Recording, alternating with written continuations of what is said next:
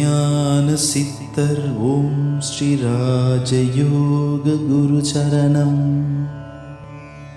யோக ஞான சித்தர் ஓம் ஸ்ரீ ராஜயோக குரு சரணம்.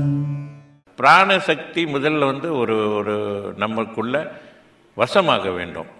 அப்போ அது வசமாவதற்கான நிலைகளை இறைவன் நம்மளோட உடம்புலேயே ஏற்படுத்தி கொடுத்துருக்காரு.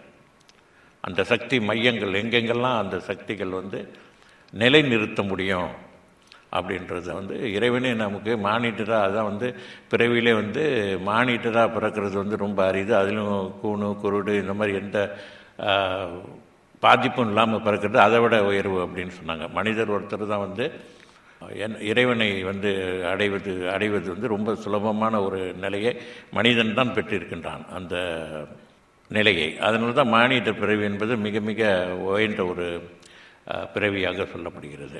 ஆக ஏன் யோக சாஸ்திரத்தில் இதை பற்றி சொல்லலை அப்படின்னு பார்த்தீங்கன்னா, இந்த பயிற்சி மேற்கொள்ள வேண்டும் என்றாலே கண்டிப்பாக ஒரு நல்ல ஒரு குருவின் இடத்துல போயிட்டு அந்த பயிற்சியை பெறணும். நல்ல குரு அப்படின்னு சொன்னால் கண்டிப்பாக அவர் பிராணசக்தி வசப்பட்டவராக இருக்கணும், வசப்படுத்தக்கூடியவராக இருக்கணும், தெய்வீக ஞானம் பெற்றவராக இருக்கணும், அவர்கிட்ட ஞான நிலைகள் இருக்கணும்.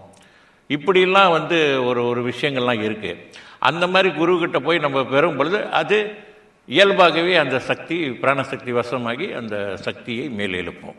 யோக ஞான சித்தர் ஓம் ஸ்ரீ ராஜயோக குரு சரணம். யோக ஞான சித்தர் ஓம் ஸ்ரீ ராஜயோக குரு சரணம்.